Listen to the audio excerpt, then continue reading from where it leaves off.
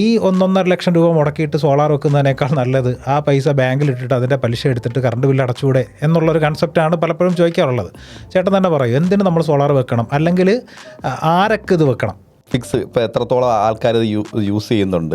Okay, ഇപ്പോൾ target ചെയ്യുന്ന 10 lakhsോളം target ചെയ്യുന്നുണ്ട്. 4000 രൂപ EMI വന്നു കഴിഞ്ഞാൽ ബാക്കി 3500 അതിൽ തന്നെ സേവ് ചെയ്യാം. അതെ, നമ്മളൊരു പുതിയ വീട് നിർമ്മിക്കുന്ന സമയത്ത് നമ്മൾ സോളാർ പ്ലാൻ ചെയ്ത് അതിൻ്റെ കൂട്ടത്തിൽ, അതായത് വീടിൻ്റെ വർക്കിനോടൊപ്പം തന്നെ ചെയ്യുന്നതും ഒരു പഴയ വീട്ടിലേക്ക് സോളാർ സിസ്റ്റം കൊണ്ടുവരുന്നതും തമ്മിൽ കോസ്റ്റിൽ എന്തെങ്കിലും വേരിയേഷൻസ് വരുന്നുണ്ടോ? ഈ ഒരു സാധാരണപ്പെട്ടുള്ള ഒരാളാണെങ്കിൽ ഞാൻ സജസ്റ്റ് ചെയ്യില്ല. എന്ന് വെച്ചാൽ അതിന് കോസ്റ്റ് കൂടുതലാണ്, എക്സ്പെൻസീവ് ആണ്. ഓൾറെഡി സോളാർ വെക്കുന്ന എന്നെ സംബന്ധിച്ചിടത്തോളം ഞാൻ 5 സ്റ്റാർ AC അല്ലെങ്കിൽ 5 സ്റ്റാർ റേറ്റിംഗ് ഉള്ള ഇലക്ട്രോണിക്സ് ഉപകരണങ്ങളിലേക്ക് പോകേണ്ട കാര്യമുണ്ടോ? ഒരുപാട് പേര് ഇൻഡസ്ട്രിയിലുള്ളതുകൊണ്ട് അറിവില്ലാത്ത ആൾക്കാരും ഉണ്ട്. അതെ, ധാരാളം. ഇപ്പം ഞാൻ ഇത്രയും പേരോട് അപ്പോഴപ്പോഴും ചെറിയ ഇത് വെച്ചിട്ട് അവർ എന്തെങ്കിലും കാട്ടിക്കൂട്ടും, പെട്ടെന്ന് തന്നെ ചെയ്യും. എവിടെന്നെങ്കിലും സാധനം മേടിച്ച് വയ്ക്കും, ഇതിൽ എന്ത് വാറണ്ടി എന്ത്. ഇപ്പൊ കഴിഞ്ഞ പ്രാവശ്യം നമ്മൾ നവംബർ 1 ഞാൻ തോന്നുന്നു, അല്ല ഫെബ്രുവരി 1 ഫെബ്രുവരി 1 നമ്മളൊരു സോളാറിന്റെ വീഡിയോ ചെയ്തിരുന്നു. നമ്മുടെ വീഡിയോസിലെല്ലാം നമ്മൾ എല്ലാം പറഞ്ഞു പോകുന്നത് അതിന്റെ ഒരു ബേസിക്സ് മാത്രം. അതെ, നമ്മൾ ലാസ്റ്റ് പറഞ്ഞു വെച്ചിരുന്നു ഇതിന്റെ ഒരു എക്സ്പെർട്ടിനെ വിളിച്ച് സംസാരിക്കാം എന്ന് ലാസ്റ്റ് നമ്മളൊന്ന് വൈൻഡ് അപ്പ് ചെയ്തായിരുന്നു. ഒരുപാട് കമന്റ്സ് വന്നിരുന്നു, അല്ലേ? ഇഷ്ടംപോലെ കമന്റ്സ് വന്നിരുന്നു. നമ്മൾ പറഞ്ഞ പല കാര്യങ്ങൾ അങ്ങനെയല്ല ഇങ്ങനെയാണ്.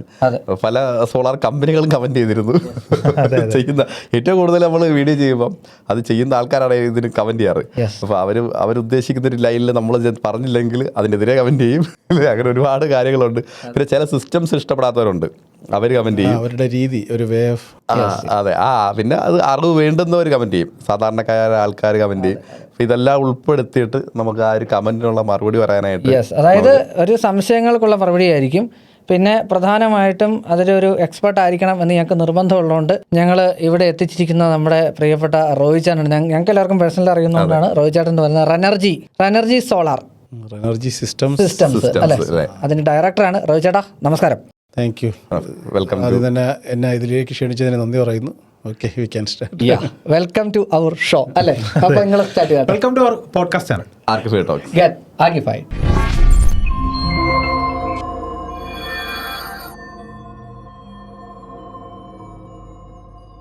അത് നമുക്ക് റോയ് ചേട്ടൻ ഒന്ന് സ്വന്തമായിട്ടൊന്ന് പരിചയപ്പെടുത്തി. എൻ്റെ പേര് റോയ് എന്നാണ്, റോയ് ക്രിസ്റ്റി. ഞാൻ managing director and founder of Renergy systems India private limited. Renergy systems എനിക്കൊന്ന് സോളാർ ഇൻഡസ്ട്രിയിൽ നിൽക്കുന്ന ഒരുവിധമുള്ള എല്ലാവർക്കും അറിയാവുന്നതാണ്. We are one of the leading solar EPC in Kerala. 99 നമ്മുടെ കരിയർ തുടങ്ങുന്നത്. MEP-ലാണ്, ഇലക്ട്രിക്കലിൻ്റെ പ്രൊജക്ട്സ് ഒക്കെ ചെയ്താണ് നമ്മുടെ കരിയർ തുടങ്ങുന്നത്. 2011 we are entry into renewable energy sector. സോളാറിലോട്ട് ലാസ്റ്റ് ഒരു 14 years നമ്മൾ സോളാറിലുണ്ട്. ഒരു 6000+ സോളാർ പ്രോജക്ട്സ് ഇതിനോടകം ചെയ്തു കഴിഞ്ഞു. ഒരു 16 മെഗാവാട്ടോളം പ്രോജക്റ്റ് ചെയ്തു. വലിയ പ്രോജക്ട്സുകൾ, മെഗാവാട്ട് സ്കെയിലുള്ള പ്രോജക്റ്റ് തൊട്ട് ചെറിയ റൂഫ് ടോപ്പ് പ്രോജക്റ്റ് വരെ ചെയ്യുന്നുണ്ട്. ഇപ്പം ഏറ്റവും കൂടുതൽ ലാർജ് സ്കെയിലിൽ ചെയ്യുന്ന നമ്മുടെ പ്രധാനമന്ത്രിയുടെ PM സൂര്യഘർ പ്രോജക്റ്റാണ് നമ്മളിപ്പോൾ ഏറ്റവും കൂടുതൽ ചെയ്യുന്നത്. ഹെഡ് ഓഫീസ് എവിടെയാണ് റോയ് ചേട്ടാ? നമ്മൾ ഹെഡ് ഓഫീസ് ട്രിവാൻഡ്രമാണ്, ആറ്റിങ്ങിൽ. പിന്നെ ബ്രാഞ്ചസ് ഉണ്ട്, ഒരു കോട്ടയമുണ്ട്, ദെൻ എറണാകുളമുണ്ട്, കണ്ണൂരുണ്ട്, പാലക്കാടുണ്ട്. പടർന്ന് പന്തലിക്കാൻ പോകുന്ന ഒരു ഫാമാണെന്ന് വേണം പറയാല്ലേ. അതിനെക്കുറിച്ച് നമ്മൾ തീർച്ചയായിട്ടും സംസാരിക്കാം. ഇപ്പം എന്തായാലും നമുക്ക് നമ്മുടെ കസ്റ്റമേഴ്സിൻ്റെ സംശയങ്ങൾ, എനിക്ക് തോന്നുന്നു KSEB അല്ലെങ്കിൽ സോളാറിലേക്ക് വരുമ്പോഴത്തേക്കും എനിക്ക് തോന്നുന്നു ഏറ്റവും കൂടുതൽ സംശയമുള്ള ഒരു മേഖല സോളാർ തന്നെയാണ്.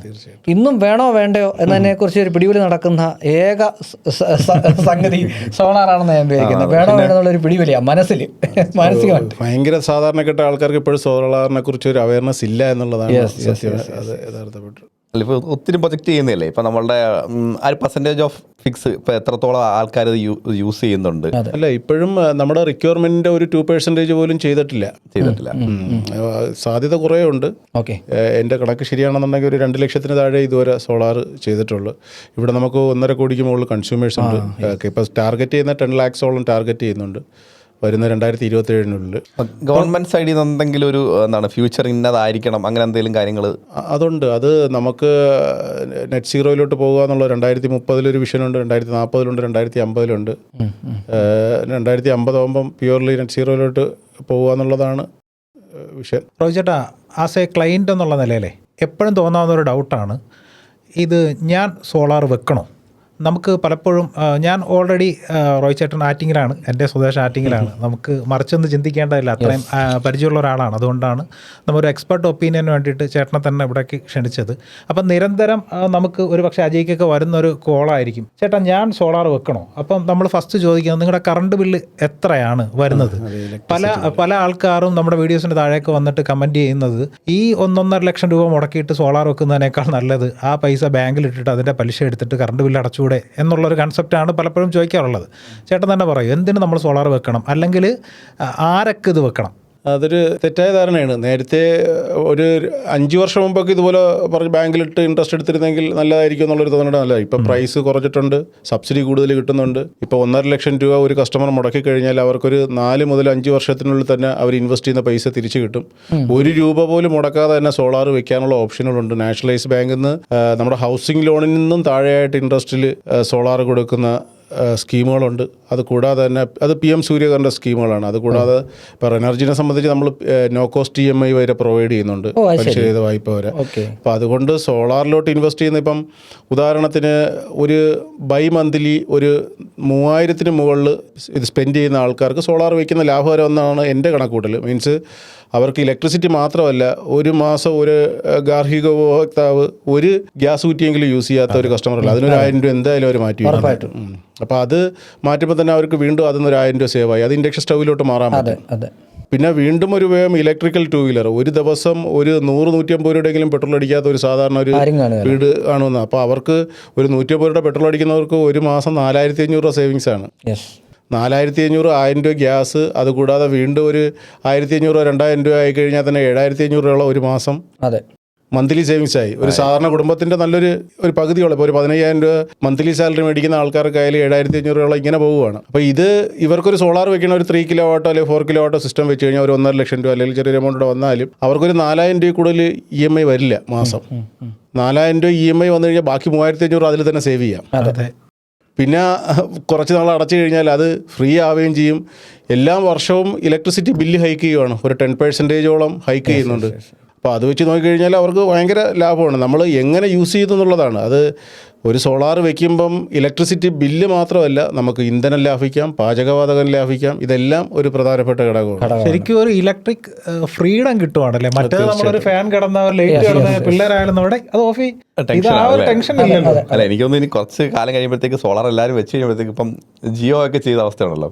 ആദ്യം ഇന്റർനെറ്റ് ഫ്രീ ആയിട്ട് കൊടുത്ത് നമ്മൾ കമന്റ് വന്നത് ഒരു കമന്റാണ് ഇത്. ആക്ച്വലി രാവിലെ കമന്റ് റീഡ് ചെയ്തപ്പം കിട്ടിയതാണ്. ജിയോ വന്നപ്പോൾ ഇന്റർനെറ്റ് ഫ്രീ ആയി. ഇനിയിപ്പോൾ എല്ലാവരും ഈ സോളാർ വെച്ച് കഴിഞ്ഞപ്പോൾ ഭയങ്കര എന്താണ് ഫ്ലെക്സിബിൾ ആയിട്ട് യൂസ് ചെയ്യും. ഇഷ്ടം പോലെ എന്താണ് വളരെ ധാരാളിത്തന്മാരായി മാറുമെന്നാണ് പറയുന്നത്. അപ്പോൾ അങ്ങനെ ആവട്ടെ എന്ന് വിചാരിക്കുന്നു. അപ്പം സൂര്യൻ തേക്കാതിരുന്നാൽ മതി. അതൊരു കമന്റ് തന്നതിൽ പുള്ളി കൺഫ്യൂസ്ഡ് ആണ്. 5 കിലോവാട്ട് ഓൺ ഗ്രിഡ് സോളാർ ചെയ്യണം അതോ ഹൈബ്രിഡ് സിസ്റ്റം വിത്ത് TOD മീറ്ററിംഗ് സിസ്റ്റം, ഏതായിരിക്കും ബെസ്റ്റ് സജസ്റ്റ് ചെയ്യാൻ പറ്റുന്നത്? ഈ ഫിനാൻഷ്യലി നമുക്ക് ലാഭകരം ഓൺ ഗ്രിഡ് സിസ്റ്റം തന്നെയാണ്. അതെന്ന് വെച്ച് കഴിഞ്ഞാൽ പെട്ടെന്ന് ബ്രേക്ക് വരും. ഹൈബ്രിഡ് സിസ്റ്റം എന്ന് പറഞ്ഞു കഴിഞ്ഞാൽ നമുക്കിപ്പോൾ ലിഥിയം ബാറ്ററി വെച്ചിട്ട് ഒരു ഹൈബ്രിഡ് ഇൻവെർട്ടറൂടെ വയ്ക്കുമ്പം നോർമലി ഒരു 2.5 ലക്ഷം രൂപ ഓൺ ഗ്രിഡ് സിസ്റ്റം സബ്സിഡി കഴിഞ്ഞാകുമെന്നുണ്ടെങ്കിൽ ഹൈബ്രിഡ് സിസ്റ്റം ചെയ്യുമ്പോൾ വീണ്ടും ഒരു 2 ലക്ഷം രൂപയോളം അധികം വരും. എക്സ്ട്രാ 2.5 ലക്ഷം രൂപ എക്സ്ട്രാ വരും. നമുക്ക് ഈ പിന്നെ ഓൺ ഗ്രിഡും ഈ ഹൈബ്രിഡും തമ്മിൽ ഒന്ന് ജസ്റ്റ് ഒന്ന് ക്ലാരിഫൈ ചെയ്ത് കൊടുത്തു കഴിഞ്ഞാൽ അതുകൂടെ പറയാം. ഈ ഹൈബ്രിഡ് വെക്കുന്നതിൻ്റെ ലാഭകരം ഓൺ ഗ്രിഡ് വെക്കുന്നത് തന്നെയാണ് ഫിനാൻഷ്യലി ലാഭകരം. പിന്നെ നമുക്ക് ഹൈബ്രിഡ് വെക്കുന്നതുകൊണ്ടുള്ളൊരു ഗുണം, ഓൺ ഗ്രിഡിനുമായിട്ടുള്ളൊരു ഡിഫറൻസ് വരുന്നതെന്ന് പറഞ്ഞു കഴിഞ്ഞാൽ ഓൺ ഗ്രിഡ് ആകുമ്പോൾ നമുക്ക് ഇലക്ട്രിസിറ്റി KCB ലൈൻ കട്ടാകുമ്പോൾ ഇത് ഓഫായി പോകും. അപ്പോൾ നമുക്ക് ഇലക്ട്രിസിറ്റി കിട്ടില്ല, ഫെയിലിയർ ആവും. ഹൈബ്രിഡ് സിസ്റ്റം ആകുമ്പം ഇലക്ട്രിസിറ്റി ഫെയിലായാലും നമുക്ക് ആ സമയത്ത് പ്രൊഡ്യൂസ് ചെയ്യുന്ന ഇലക്ട്രിസിറ്റി നമുക്ക് ബാറ്ററിയിലോട്ട് സേവ് ചെയ്യുകയും നമുക്ക് ഇപ്പോൾ ഉദാഹരണത്തിന് TOD മീറ്റർ പോലുള്ള സംവിധാനം വരുന്ന സമയത്ത് സന്ധ്യ രാവിലെ വൈകുന്നേരം ഈവനിങ് ഒരു 6 മണി തൊട്ട് 10 മണി വരെ നമുക്ക് ആ പ്രകാശം സേവ് ചെയ്ത് വെച്ചിരിക്കുന്ന ഇലക്ട്രിസിറ്റി യൂസ് ചെയ്ത് കഴിഞ്ഞാൽ അത് കുറച്ച് ഫിനാൻഷ്യലി നല്ല രീതിയിൽ സേവ് ചെയ്യാനായിട്ട് കസ്റ്റമറിന് പറ്റും. ഇപ്പം 2 കോസ്റ്റാണ്. അതാണ് TOD മീറ്ററിംഗ് എന്ന് പറഞ്ഞു കഴിഞ്ഞാൽ ഇപ്പം പീക്കും ഓഫ് പീക്ക് ടൈമുണ്ട്. അപ്പോൾ അതനുസരിച്ചിട്ട് എമൗണ്ടിന് വ്യത്യാസം വരുന്നുണ്ട് ഒരു യൂണിറ്റിന്. ഇപ്പോൾ ഹൈബ്രിഡ് സിസ്റ്റവും ഓൺ ഗ്രിഡ് സിസ്റ്റവും തമ്മിലുള്ള വ്യത്യാസമായിട്ടും പ്രധാനപ്പെട്ട ഒരു കാര്യം, ഹൈബ്രിഡ് എന്ന് പറയുമ്പോൾ ബാറ്ററി ഉള്ള സിസ്റ്റമാണ്. അതായത് നമ്മൾ പകൽ സമയത്ത് ഉൽപ്പാദിപ്പിക്കുന്ന ഇലക്ട്രിസിറ്റി നമ്മൾ സേവ് ചെയ്യുകയും നമ്മൾ കൺസ്യൂം ചെയ്യുകയും ബാലൻസ് എക്സ്പോർട്ട് ചെയ്യുകയും ചെയ്യുക എന്നുള്ളതാണ് hybrid system. On grid system എന്ന് പറഞ്ഞു കഴിഞ്ഞാൽ നമ്മൾ പകൽ സമയത്ത് നമ്മൾ ഉൽപ്പാദിപ്പിക്കുന്ന ഇലക്ട്രിസിറ്റി നമ്മുടെ കൺസംഷൻ കഴിഞ്ഞുള്ളത് ഗ്രിഡിലോട്ട് എക്സ്പോർട്ട് ആവുന്നു, രാത്രി എടുക്കുന്നു എന്നുള്ളതാണ്. ചേട്ടാ ഒരു ഡൗട്ട് ചോദിച്ചോട്ടെ, നമ്മളെ വീട്ടിൽ ഉപയോഗിക്കുന്ന ആ സോളാർ വൈദ്യുതി നമ്മൾ ഉപയോഗിച്ചതിന് ശേഷം KSBക്ക് പോവുകയാണോ, അതേ നമ്മൾ ആ കിട്ടുന്ന വൈദ്യുതി മുഴുവനായിട്ട് KSBക്ക് പോവുകയും നോർമലി നമുക്ക് കിട്ടുന്ന KSB ലൈനിൽ നിന്നുള്ള കറണ്ടാണോ നമ്മുടെ വീട്ടിലേക്ക് വരുന്നത്? അങ്ങനെയല്ല. അതിൽ ഒരിപ്പം നമ്മൾ ഉദാഹരണത്തിന് ഒരു 1000 വാട്ട് സോളാർ വെച്ചിട്ടുണ്ട്. അതിൽ നമുക്കിപ്പം 500 വാട്ട് നമ്മൾ വീട്ടിൽ കൺസ്യൂം ചെയ്യുന്നുണ്ടെങ്കിൽ അതായത് നമ്മൾ എന്തെങ്കിലും എക്യുപ്മെൻറ്റ്സ് യൂസ് ചെയ്യുന്നുണ്ടെങ്കിൽ അത് ഉപയോഗത്തിന് ശേഷം മാത്രമേ ഗ്രിഡിലോട്ട് എക്സ്പോർട്ട് ആവൂ. ഓക്കെ, അങ്ങനെ. അപ്പോൾ ഇതൊരു കണക്ട് ചെയ്ത ഒരു ചോദ്യം ചോദിച്ചോട്ടെ. ഇപ്പം പലരുടെ വീട്ടിലും ഇപ്പം നിലവിൽ ഒരു ഇൻവെർട്ടർ സിസ്റ്റം ഉണ്ടാവും. അത് നമ്മൾ ഇതുകൂടെ മിക്സ് ചെയ്ത് ഇപ്പം ആ ഇൻവെർട്ടർ സിസ്റ്റം ഉള്ള ആളാണ് പുതിയൊരു സോളാർ വെക്കുന്നത്, ഒരു ഓൺ ഗ്രിഡ് സോളാർ വെക്കുന്നത്. അതിൻ്റെ കൂടെ മിക്സപ്പ് ചെയ്തിട്ട് ഒരു ഹൈബ്രിഡ് സിസ്റ്റം ആക്കി മാറ്റാൻ പറ്റുമോ? അത് അത്രത്തോളം ടെക്നിക്കലി ഇതാവില്ല, ഫിറ്റ് ആവില്ല. മീൻസ് നമുക്ക് ചെയ്യാമെന്നുള്ളതുണ്ട്, പക്ഷേ അത് ഉദാഹരണത്തിന് ഇപ്പം നമ്മളിപ്പം എക്സിസ്റ്റിംഗ് ആയിട്ടുള്ളൊരു സാധാരണ ഹോം UPS വെച്ചിരിക്കുന്ന പറഞ്ഞാൽ ലെഡ് ആസിഡ് ബാറ്ററി വെച്ചിട്ടായിരിക്കും, C20 ആയിരിക്കും അത് വെച്ചിരിക്കുന്നത്. അപ്പോൾ അതിൽ നമ്മൾ പാനലുമായിട്ട് ഇൻറ്റഗ്രേറ്റ് ചെയ്യുമ്പോൾ തന്നെ അത് വിചാരിക്കുന്ന കണക്കുള്ള ഒരു പെർഫോമൻസ് നമുക്ക് കിട്ടില്ല. പലരും ചെയ്യുന്നുണ്ട്, അത് ഫെയിലിയർ ആവുകയും കസ്റ്റമർ അവസാനം ഭയങ്കര ബുദ്ധിമുട്ടിലോട്ട് പറയുകയും ചെയ്യുന്നു. അതാണ് വേണമെങ്കിൽ ചെയ്യാം ഒരു ഭയങ്കര ഒരു അതിൽ വിചാരിക്കുന്ന കണക്കുള്ള ഒരു എഫിഷ്യൻസി കിട്ടില്ല, ഒരു പെർഫോമൻസ്. നമ്മളൊരു പുതിയ വീട് നിർമ്മിക്കുന്ന സമയത്ത് നമ്മൾ സോളാർ പ്ലാൻ ചെയ്ത് അതിൻ്റെ കൂട്ടത്തിൽ, അതായത് വീടിൻ്റെ വർക്കിനോടൊപ്പം തന്നെ ചെയ്യുന്നതും ഒരു പഴയ വീട്ടിലേക്ക് സോളാർ സിസ്റ്റം കൊണ്ടുവരുന്നതും തമ്മിൽ കോസ്റ്റിൽ എന്തെങ്കിലും വേരിയേഷൻസ് വരുന്നുണ്ടോ? ഇല്ല, അങ്ങനെ ഒരു വ്യത്യാസം എല്ലാം അത് കറക്റ്റ്. പക്ഷെ എനിക്ക് തോന്നുന്നു നമുക്ക് കുറച്ചുകൂടി ഒരു എലിവേഷന്റെ ഭംഗിക്കൊക്കെ വേണ്ടിയിട്ട് വേണമെങ്കിൽ പുതിയ ആദ്യമേ വെക്കുമ്പോൾ അതങ്ങ് പ്രിഫർ ചെയ്ത് കഴിഞ്ഞാൽ ഇറ്റ് വിൽ ബി ഗ്രേറ്റ്. അതായിരിക്കും നമുക്ക് പിന്നെ നമുക്കൊരു പൈപ്പിങ്ങോ കാര്യങ്ങളോ സ്ട്രക്ചറോ കോൺക്രീറ്റിൻ്റെ ഒക്കെ വീണ്ടും തുളയ്ക്കോ ഒന്നും വേണ്ട, എല്ലാം ആ സമയത്ത് തന്നെ ചെയ്തങ്ങ് മാറുന്നതായിരിക്കും ഏറ്റവും നല്ലത്. ഇപ്പം സോളാർ വെക്കുന്ന ഒരാളെ സംബന്ധിച്ചിടത്തോളം ഇപ്പം നമ്മുടെ KSB ലിസ്റ്റ് ചെയ്ത 1000-ൽ പുറം കമ്പനികളുണ്ട്, നമ്മൾ കയറി കഴിഞ്ഞു കഴിഞ്ഞാൽ അത് ഒരു കൺഫ്യൂഷൻ ആയിട്ടുള്ളൊരു കാര്യമാണ്, ഏത് കമ്പനിയെ നമ്മൾ ചൂസ് ചെയ്യണം എന്നുള്ളത്. അതവിടെ നിന്നോട്ടെ. ഇപ്പം ഞാൻ സോളാർ വെക്കാൻ ഉദ്ദേശിക്കുന്ന ഒരാളാണെങ്കിൽ ഞാൻ ആദ്യമായിട്ട് ചെയ്യേണ്ടത് എന്തൊക്കെയാണ്? നിങ്ങൾ സോളാർ വെക്കുമ്പോൾ ഇപ്പം മെയിനായിട്ട് ഒരു കസ്റ്റമർ എന്നുള്ള രീതിയിൽ ഇപ്പം എന്നോട് ചോദിച്ചു കഴിഞ്ഞാൽ ഈ സോളാർ ഇൻഡസ്ട്രിയിൽ ഇപ്പോൾ ഒരു 1200 വെണ്ടേഴ്സ് നമ്മുടെ ഫ്രണ്ടിൽ വന്നു കഴിഞ്ഞാൽ ആരെ ചൂസ് ചെയ്യണമെന്നുള്ളൊരു ഭയങ്കര കൺഫ്യൂഷനിലോട്ട് സുനീർ പറഞ്ഞൊക്കെ ആവും. അപ്പം അതിൽ ബാക്കിയുള്ളവർ എങ്ങനെ ചിന്തിക്കുന്നതെന്ന് എനിക്കറിയില്ല. അത് എങ്കിലും ഓണസ്റ്റായിട്ടുള്ളൊരു കാര്യം നമ്മൾ പറയേണ്ടതുള്ളത്, ഇത് ഞാനിപ്പോൾ 14 വർഷമായിട്ട് ഈ ഇൻഡസ്ട്രിയിലുള്ള ആളാണ്. ഞാൻ പലരും നമ്മുടെ മുമ്പിൽ കടന്നു പോയിട്ടുണ്ട്. 100 കണക്കിന് കമ്പനികൾ ഇന്നില്ല, അവർക്കൊന്നും സർവീസ് കിട്ടാത്തൊരു അവസ്ഥയിലോട്ട് വന്നിരിക്കുകയാണ്. അപ്പം ഒരു കസ്റ്റമർ ചൂസ് ചെയ്യുമ്പോൾ ഇൻഡസ്ട്രിയിൽ മിനിമം ഒരു 5-10 വർഷമെങ്കിലും സർവൈവ് ചെയ്തിട്ടുള്ളതും അല്ലെങ്കിൽ ഒരു 1000-ന് മുകളിൽ സിസ്റ്റമെങ്കിലും ചെയ്തിട്ടുള്ള ഒരു കമ്പനീനെ ചൂസ് ചെയ്താൽ കുറച്ച് നല്ലതായിരിക്കും. വെറുതെ ആൾക്കാർ പറയുന്നത് കേൾക്കാതെ അതിലൊരു ജെന്യൂനിറ്റിയും കൂടെ ആൾക്കാർ നോക്കുക. എന്ന് വെച്ചാൽ സർവീസ് കിട്ടുമെന്നുള്ളൊരു ഉറപ്പും കൂടെ.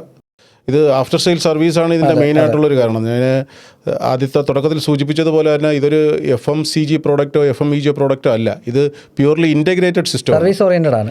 സർവീസ് ഓറിയൻറ്റഡ് ഇൻറ്റഗ്രേറ്റഡ് ആണ്. അതായത് സോളാർ EPC എന്ന് പറഞ്ഞാൽ തന്നെ നിങ്ങൾക്കറിയാം, എഞ്ചിനീയറിംഗ്, പ്രൊക്യൂർമെൻറ്റ്, കൺസ്ട്രക്ഷൻ, അപ്പോൾ എല്ലാം കൂടെ ചേർന്നിട്ടുള്ളതാണ് സോളാറിൻ്റെ ഒരു ഇത്. അപ്പോൾ ഇത് ഒരു പാനൽ ഒരിടത്തുനിന്ന് മേടിക്കുന്നു, ഇൻവെർട്ടർ ഒരിടത്തുനിന്ന് മേടിക്കുന്നു, DB മേടിക്കുന്നു, സ്ട്രക്ചർ മേടിക്കുന്നു, കേബിള്, കണക്ടേഴ്സ്, ഇതെല്ലാം മേടിച്ച് ഒരു കിറ്റാക്കി കൊടുക്കുമ്പം ഒരു മാനുഫാക്ചറിൻ്റെ നമുക്ക് വാറണ്ടി കിട്ടില്ല. ഇൻ്റഗ്രേറ്റ് ചെയ്തുകൊണ്ടുള്ളത് തന്നെ EPC, നമ്മളാണ് ഇൻവോയ്സ് ജനറേറ്റ് ചെയ്യുന്നത്, നമ്മളാണ് സർവീസ് കൊടുക്കാനുള്ളതും.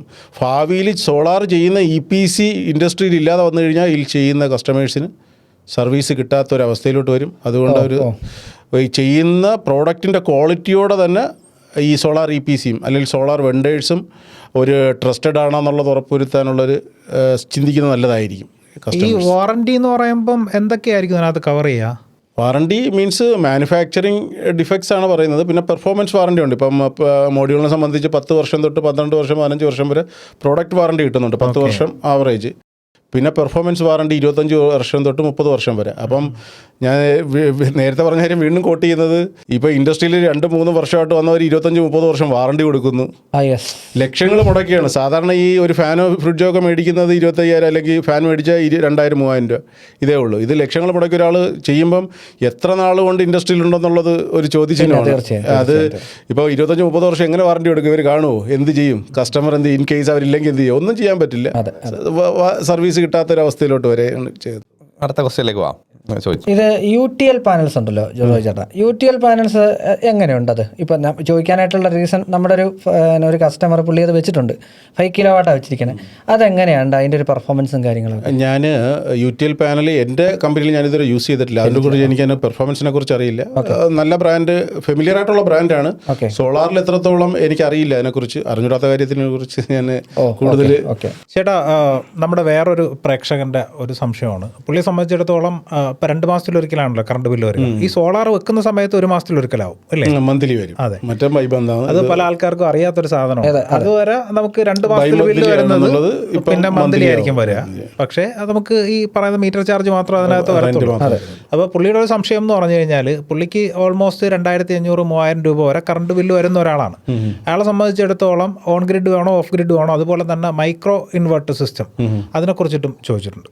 ഓൺ ഗ്രിഡ് വയ്ക്കുന്നത് തന്നെയാണ് നല്ലത്. മൈക്രോ ഇൻവെർട്ടർ ഈ ഒരു സാധാരണപ്പെട്ടുള്ള ഒരാളാണെങ്കിൽ ഞാൻ സജസ്റ്റ് ചെയ്യില്ല. എന്ന് വെച്ചാൽ അതിൽ കോസ്റ്റ് കൂടുതലാണ്, എക്സ്പെൻസീവ് എന്ന് പറഞ്ഞു കഴിഞ്ഞാൽ വാറണ്ടി കൂടുതൽ കിട്ടും, നല്ല ക്വാളിറ്റി അഡ്വാൻസ്ഡ് സിസ്റ്റം തന്നെയാണ്. പക്ഷേ ഫിനാൻഷ്യലി സേവ് ചെയ്യണമെന്നുണ്ടെങ്കിൽ we will need to go string inverter.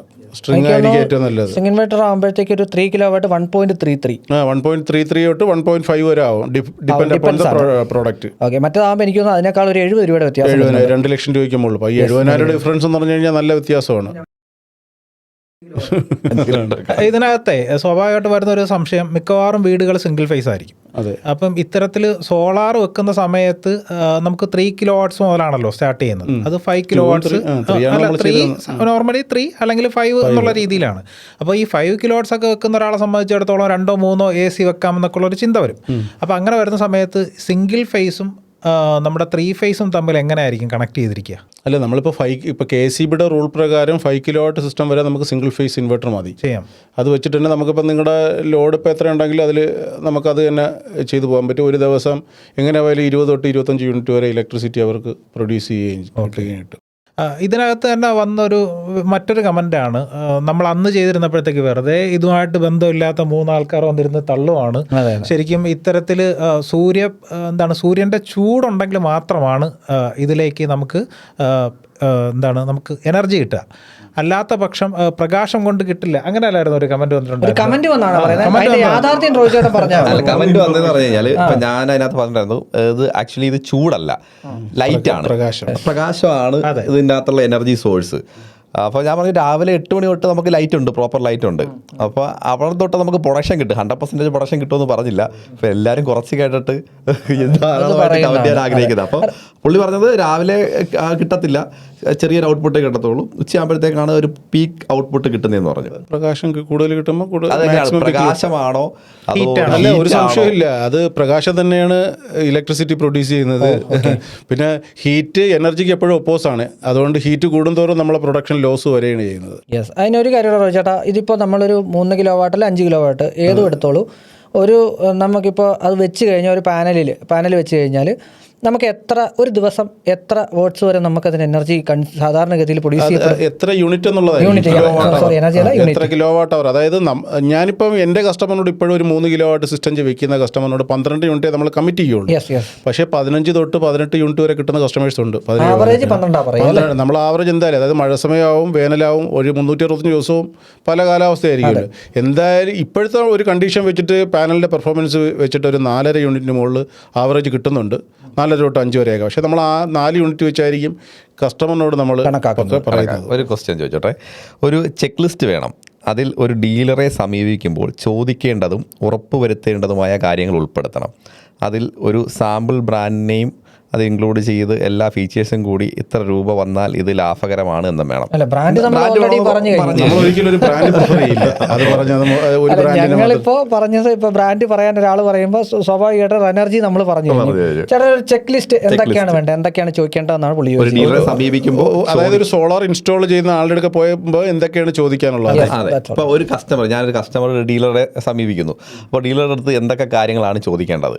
Dealer ചിലപ്പോൾ എന്തെങ്കിലും ഹൈഡ് ചെയ്ത് വെക്കാനുള്ള സാധ്യത മനസ്സിലായി. അത് നേരത്തെ സൂചിപ്പിച്ച തന്നെ വീണ്ടും പറയാം, നിങ്ങൾ എത്ര വർഷമായിട്ട് ഇൻഡസ്ട്രിയിലുണ്ട്, എത്ര പ്രൊജക്റ്റുകൾ ചെയ്തിട്ടുണ്ട്, നിങ്ങൾ ചെയ്തിട്ടുള്ള കുറച്ച് കൺസ്യൂമേഴ്സിൻ്റെ ലിസ്റ്റുകൾ, എത്ര ഇതിലുള്ള ആൾക്കാർ ഇവർ കൃത്യമായിട്ട് സർവീസ് കൊടുക്കുന്നുണ്ടോ, ചെയ്തിട്ടുള്ള വർക്കിൻ്റെ ക്വാളിറ്റി, പറ്റുമെന്നുണ്ടെങ്കിൽ 4-5 ഇൻസ്റ്റലേഷൻ പോയി കാണുക അവർ ചെയ്തിട്ടുള്ള ക്വാളിറ്റി കസ്റ്റമറായിട്ടുള്ളൊരു. അപ്പോൾ എന്നിട്ട് ചൂസ് ചെയ്ത് കഴിഞ്ഞാൽ അവരുടെ ഇപ്പോൾ സോഷ്യൽ മീഡിയയിലോ അല്ലെങ്കിൽ അവരുടെ ഗൂഗിൾ റിവ്യൂസോ ഒക്കെ എടുത്ത് നോക്കിക്കഴിഞ്ഞാൽ അത്യാവശ്യം ക്വാളിറ്റി മെയിൻറ്റെയിൻ ചെയ്യുന്ന ആൾക്കാർ, നല്ല ഇതുള്ള ആൾക്കാരെ ചൂസ് ചെയ്യുന്നുണ്ട്. എനിക്ക് തോന്നുന്നു ഇപ്പം നമ്മൾ ഈ ഒരു 1200-ഓളം സോളാർ EPC ഉണ്ടെങ്കിലും ഒരു 10 വർഷത്തിന് മുകളിലായിട്ട് ഇൻഡസ്ട്രിയിലുള്ള ഒരു 100 താഴെ ആൾക്കാരെ കാണുള്ളൂ.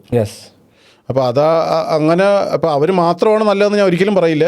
ഇതിലും കൊള്ളാവുന്ന ആൾക്കാരുണ്ട്. എല്ലാവരും ഉപജീവനമാണ് ജീവിക്കുക, അതുകൊണ്ട് എല്ലാവർക്കും ഇതാണ്. പക്ഷേ ആരാണ് ഇൻഡസ്ട്രിയിൽ സർവൈവ് ചെയ്യുക എന്നുള്ളതാണ് നമ്മൾ നോക്കാനുള്ളത്, ഭാവിയിൽ സർവീസ് കൊടുക്കുക എന്നുള്ളത്. അടുത്തൊരു ചോദ്യം പറഞ്ഞില്ല, എന്തൊക്കെ കാര്യങ്ങളാണ് ചോദിക്കാനെന്നുള്ള പാനലിൻ്റെ ക്വാളിറ്റി, മീൻസ് ഏത് ബ്രാൻഡാണ് വെക്കുന്നത്, ഇൻവേർട്ടറിൻ്റെ ക്വാളിറ്റി ഏത് ബ്രാൻഡാണ് വെക്കുന്നത് എന്നുള്ളതും, ഉപയോഗിക്കുന്ന കേബിൾ, DC കേബിൾ എത്ര സ്ക്വയർ mm ആണ്, ഏത് ബ്രാൻഡാണ്, AC കേബിൾ ഏതാണ്, എർത്തിങ് പ്രോപ്പറാണോ, എത്ര എർത്ത് ചെയ്യുന്നുണ്ട്, ലൈറ്റ്നിങ് അറസ്റ്റർ വെക്കുന്നുണ്ടോ, ഇങ്ങനെയുള്ള കുറേ കാര്യങ്ങളുണ്ട്. മെയിനായിട്ട് വേണ്ട എന്തൊക്കെയാണ് എന്നുള്ളതാണ്. പിന്നെ ചെയ്യുന്ന വർക്കിൻ്റെ ക്വാളിറ്റിയും കണ്ട് മനസ്സിലാക്കുക എന്നുള്ളത്. ബ്രാൻഡ് എന്ന് പറയുമ്പം അതിലിപ്പോൾ ഉള്ള ബെസ്റ്റ് ബ്രാൻഡുകൾ ഏതൊക്കെയാണെന്നുള്ളതൊന്ന് പറയാൻ പറ്റുമോ? അത് ഞാൻ 1-2 ബ്രാൻഡിനെ മാത്രം പ്രിഫർ ചെയ്ത് കഴിഞ്ഞാൽ ഇപ്പോൾ ഇൻഡസ്ട്രിയിൽ major share കൊണ്ടുപോയിരിക്കുന്ന അദാനിയുണ്ട്, then Pahal, Havells, അങ്ങനെ ഒരുപാട് ബ്രാൻഡുകളുണ്ട് അവൈലബിൾ ആണ്. ഞാനത് ചോദിച്ചാൽ ചില ആൾക്കാരെ ഇപ്പൊ ഇത് കാണുന്ന അതിനകത്തൊരു കാര്യമുണ്ട്. ഒരു ഫാൻ മേടിക്കാനാണ് ഇപ്പൊ നമുക്കറിയാം, ഫാന് ഇന്ന ബ്രാൻഡ് ഉണ്ട്. ഇപ്പോൾ ഉഷ എന്ന് പറയുന്ന ബ്രാൻഡ് വളരെ വർഷമായിട്ട്. പക്ഷേ ഈ പറയുന്ന ഇപ്പോൾ സോളാറിനെ സംബന്ധിച്ചിടത്തോളം ഇപ്പോൾ ഹാവൽസ് അതിനകത്തൊരു ബ്രാൻഡാണെന്നുള്ളത് എനിക്കറിയില്ല എത്ര പേർക്കത് അറിയാവുന്ന. അതുകൊണ്ട് ഞാൻ ചോദിച്ചാണ്. ചേട്ടാ, ഇതിനകത്തൊരു പ്രധാനപ്പെട്ട കാര്യം ഇതിൻ്റെ ഒരു എന്താ പറയുക, ക്ലീനിങ്ങും കാര്യങ്ങളൊക്കെയാണ്. അതെങ്ങനെയാണ് അതിൻ്റെ ഒരു ക്ലീനിങ്, അങ്ങനെ ഒരു സംഭവം ഒന്ന് പറഞ്ഞാട്ടെ. ഈ പൊതുവേ ക്ലീനിങ് എന്ന് പറഞ്ഞു കഴിഞ്ഞാൽ നമ്മളൊരു ആഴ്ചയൊരിക്കൽ അല്ലെങ്കിൽ 2 ആഴ്ച കൂടുമ്പോൾ മാസത്തിൽ 1-2 തവണ ക്ലീൻ ചെയ്യുന്നത് നല്ലതാണ്. അപ്പം മെയിനായിട്ടൊരു ഘടകം അത് ഡിപ്പെൻഡ് ഓൺ ദ സൈറ്റ് കണ്ടീഷനാണ്. ഇപ്പം നമ്മളൊരു റോഡ് സൈഡ് പൊടിയൊക്കെ എപ്പോഴും ഉള്ള സ്ഥലങ്ങളാണ്. ചിലപ്പോൾ 2 ദിവസം കൂടുമ്പോൾ തന്നെ ക്ലീൻ ചെയ്യുക, എപ്പോഴും പൊടിയാവാൻ സാധ്യതയുണ്ട്. ഇപ്പം പലരുടെ ഒരു ഡൗട്ടാണ്, നമ്മൾ ഒരു ഇൻസ്റ്റലേഷൻ ചെയ്യുമ്പോൾ കൂടെ തന്നെ ക്ലീൻ ചെയ്യാതെ. നമ്മളൊരു 6 മാസം കൂടുമ്പം സർവീസ് കൊടുക്കാനായിട്ട് മാക്സിമം നമ്മൾ പ്രിഫർ ചെയ്യാറുണ്ട്. എങ്കിലും ക്ലീനിങ് കസ്റ്റമറിൻ്റെ ഒരു സ്കോപ്പിൽ തന്നെയാണ് മാക്സിമം നമ്മൾ പറയുന്നത്. അതൊരു കാരണം, നമ്മളിപ്പോൾ ഒരു കാർ മേടിച്ചാലും കാർ നമ്മൾ തന്നെ കഴിയണം, അത് അല്ലാതെ കമ്പനിക്കാർ വന്ന് കഴുകി തരത്തില്ല, ഇല്ലേ? പക്ഷേ ഈ ഇങ്ങനെയുള്ള സാധനമാകുമ്പോൾ നമ്മൾ തന്നെ അങ്ങനെയാണ് അതിൻ്റെ ഒരു വെയ്പ്പ്. ശരി, എനിക്കത് മനസ്സിലായി. ഒരു കാര്യം ചോദിച്ചോട്ടെ, അങ്ങനെ ക്ലീൻ ചെയ്യുമ്പോഴത്തേ ഒരു സാധാരണക്കാരനുണ്ടാകുന്ന ഡൗട്ടാ, ഇതൊന്നും ഓഫ് ചെയ്യാതിട്ട് കൊണ്ടുപോയി കഴുകണോ? കുഴപ്പമില്ല, ഞാൻ വേറെ ഇതിനകത്ത് അത്യാവശ്യം ഡസ്റ്റ് വന്നു കഴിഞ്ഞാൽ അത് നമ്മുടെ പ്രൊഡക്ഷനെ ബാധിക്കും. അത് മാത്രമല്ല ഹോട്ട്സ്പോട്ട് വീഴാനുള്ള സാധ്യതകളുണ്ട്. അത് സെല്ല് ഡാമേജ് ആവും, ഇത് തന്നെ മൊഡ്യൂൾ തന്നെ റീപ്ലേസ് ചെയ്യേണ്ട ഒരു അവസ്ഥയിലോട്ട് വരും. അപ്പോൾ അതുകൊണ്ട് തന്നെ അത് ക്ലീൻ ചെയ്യണം. നമ്മൾക്കിപ്പം ഒരു കസ്റ്റമറിന് ഇപ്പം മോണിറ്ററിംഗ് സിസ്റ്റം എല്ലാം ഉണ്ട്. ഒരു ദിവസം പ്രൊഡക്ഷൻ ആവറേജ് ഒരു 12 യൂണിറ്റ് ഇതൊക്കെ വരുന്നത് കുറവാണെന്നുണ്ടെങ്കിൽ അവരൊന്ന് കയറി നോക്കിക്കഴിഞ്ഞാൽ 2 ആഴ്ച കൂടുമ്പോൾ നമ്മൾ വീട്ടിൽ ക്ലീൻ ചെയ്യാറില്ലേ? അതുപോലെ തന്നെ ഇതൊന്ന് ജസ്റ്റ് ഒന്ന് ക്ലീൻ ചെയ്താൽ, എന്ന് വെച്ചാൽ ഇപ്പം നമ്മളിപ്പോൾ വന്ന് ക്ലീൻ ചെയ്യണമെന്നുണ്ടെങ്കിൽ അതിനൊരു സർവീസ് ചാർജ് അവർ ഈടാക്കും. അപ്പം ഇവർക്കൊരു മാസം ഒരു 3000 രൂപ സേവ് ചെയ്യുന്നതിന് വീണ്ടും ഒരു 1000 രൂപ സർവീസ് ചാർജ് പാനൽ ക്ലീൻ ചെയ്യാനായിട്ട് ഒരാൾ വരുന്നതിന് കൊടുത്തു കഴിഞ്ഞാൽ അത് നഷ്ടമല്ലേ? സ്വന്തമായിട്ട് ക്ലീൻ ചെയ്തല്ല, പുള്ളിക്ക് പറ്റൂല. പുള്ളി 6 മാസത്തിലൊരുക്ക മറ്റേ ഡീപ് ക്ലീനേഴ്സിനെ എടുത്ത് പെട്ടെന്ന് ഞാൻ നോക്കിയത് മുകളിൽ കയറില്ലേ. ഇനി ഒരു സാധനം ചോദിച്ചോട്ടെ, ഞങ്ങളപ്പോൾ ചെയ്തുകൊണ്ടിരിക്കുന്ന ഒരു ബിൽഡിംഗ് പ്രോജക്റ്റിനകത്ത് അവർക്ക് ഓൾറെഡി നിലവിൽ സോളാർ പഴയ വീട്ടിലുണ്ടായിരുന്നു. അപ്പോൾ ഹൈവേയുടെ റിനോവേഷനായിട്ട് ബന്ധപ്പെട്ട് ആ വീട് പൊളിക്കുമ്പോൾ ആ പാനൽസൊക്കെ അവർ മാറ്റി വെച്ചിട്ടുണ്ട്. അപ്പോൾ ഇതിലേക്ക് റീഫിക്സ് ചെയ്യുവാണ്. അപ്പം ഞാൻ നമ്മുടെ വാട്ടർ ടാങ്ക് വെക്കുന്ന സമയത്ത് ക്ലയൻറ്റിൻ്റെ അടുക്കൽ പറഞ്ഞത്, നമുക്ക് ടാങ്ക് ഒരു സൈഡിലേക്ക് മാറ്റി വെച്ചാൽ മതി, ആ ടാങ്കിൻ്റെ ഷെയ്ഡ് പാനലിലേക്ക് വീഴരുതെന്ന് പറഞ്ഞു. അപ്പോൾ അതിനെക്കുറിച്ചിട്ട് എന്താണ്? അത് കറക്റ്റായിട്ടുള്ളൊരു പോയിൻ്റാണ്. നമ്മൾ ഒരു പ്ലാന്റ് വെക്കുമ്പോൾ അതിൽ പെർമനൻ്റായിട്ട് ഷെയ്ഡ് വീണ് കഴിഞ്ഞാൽ നേരത്തെ പറഞ്ഞിട്ട് പോലെ ഹോട്ട്സ്പോട്ട് വീഴും, ആ പാനൽ ഡാമേജ് ആവും. അതുകൊണ്ട് അങ്ങനെ വരാതിരിക്കാൻ മാക്സിമം ശ്രദ്ധിക്കണം പെർമനന്റ് ഷെയ്ഡ്. അപ്പോൾ ശരിക്കും പറഞ്ഞു കഴിഞ്ഞാൽ ഇത്തരം സംഗതികൾ ചെയ്യുന്ന സമയത്ത് വാട്ടർ ടാങ്ക് പോലും നമ്മളത് കറക്റ്റായിട്ട് ഡിസൈൻ ചെയ്യണം. അതിൻ്റെ ഷെയ്ഡ് ഡിസൈനിങ് എന്തായാലും ഇതിൻ്റെ ആർക്കിടെക്ചറൽ ഡിസൈനിങ് കൃത്യമായിട്ട് വരേണ്ട സാധനം, അല്ലെന്നുണ്ടെങ്കിൽ എസ്തെറ്റിക്സിനെ പോലും ബാധിക്കും. അടുത്തൊരു my ABB 3 kilowatt solar inverter got damaged. കത്തിപ്പോയി ആഫ്റ്റർ 5 years. വാറണ്ടി 5 വർഷമായിരുന്നു. പുള്ളി എന്ത് ചെയ്യണമെന്നാണ് ചോദിക്കുന്നത്. അത് പുതിയ ഇൻവെർട്ടർ മേടിച്ച് വയ്ക്കാനേ പറ്റുള്ളൂ, അതൊന്നും ചെയ്യാൻ പറ്റില്ല. അതല്ലേ ABB ഇപ്പം ABB ഇല്ല, ഫിമറാണ്. ABB കമ്പനി ഫിമർ ഏറ്റെടുത്തു. ഓക്കെ, അങ്ങനെ നടക്കുന്നുണ്ട്. ഇതെല്ലാം പോയാ പോയി. അതാണ് നേരത്തെ പറഞ്ഞത്. സർവീസ് ഓറിയന്റഡ് ഇപ്പൊ ഉദാഹരണത്തിന് വീണ്ടും പറയാം, നമ്മളിപ്പോൾ ഒരു പബ്ലിക്കിൽ ഇപ്പോൾ പറഞ്ഞു കഴിഞ്ഞാൽ എത്രത്തോളം അത് ഒരു ഇതുണ്ടാവും എന്നുള്ളത് എനിക്കറിയില്ല. ഇപ്പം നമ്മൾ ചെയ്തിട്ടുള്ള മെറ്റീരിയലിൽ ഒരു കഴിഞ്ഞ ഒരു 1.5-2 വർഷത്തിനിടയ്ക്ക് തന്നെ ഒരു 10-30 സൈറ്റിലോളം എനിക്ക് പാനലുകൾ റീപ്ലേസ് ചെയ്യേണ്ടി വന്നിട്ടുണ്ട്. ആ കമ്പനികൾ ഇല്ലാത്തത് കൊണ്ടും പാനലുകൾ മാറ്റി തരാത്തതുകൊണ്ടും. അത് റെനർജിയുടെ കൈ കൊണ്ട് ആണ് നമ്മൾ മാറ്റി കൊടുത്തത്.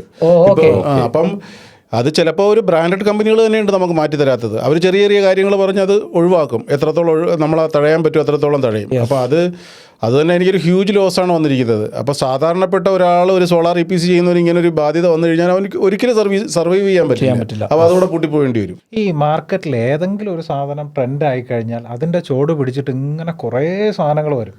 ഇതിൽ ഈ പറഞ്ഞതുപോലെ ഇതിനകത്ത് ബുദ്ധിമുട്ടുന്നത് സാധാരണക്കാരായിട്ടുള്ള ക്ലയന്റുകളാണ്. 10 രൂപ ലാഭം കിട്ടുമ്പോൾ നമ്മൾ അതിനകത്ത് തലവെക്കും. പിന്നെ അത് കഴിയുമ്പോൾ അതിന്റെ അഡ്രസ്സ് കാര്യങ്ങളൊന്നും ഉണ്ടാവില്ല. ഞാൻ നേരത്തെ പറഞ്ഞാൽ നമ്മളൊരു ചായക്കട വിജയിക്കുന്നുണ്ട് കഴിഞ്ഞാൽ അതിന്റെ അടുത്ത് കൊണ്ട് തന്നെ ഒരു 5-10 ഇടും, അതിലൂടെ പൂട്ടും. ഈ 10 കൂട്ടും. അതാണ് അതിന്റെ രീതി. അടുത്ത നമുക്ക് വന്നിരിക്കുന്നത് ഒരു 2-3 ഉണ്ടല്ലേ? വലിയ ക്വസ്റ്റ്യനാണ്.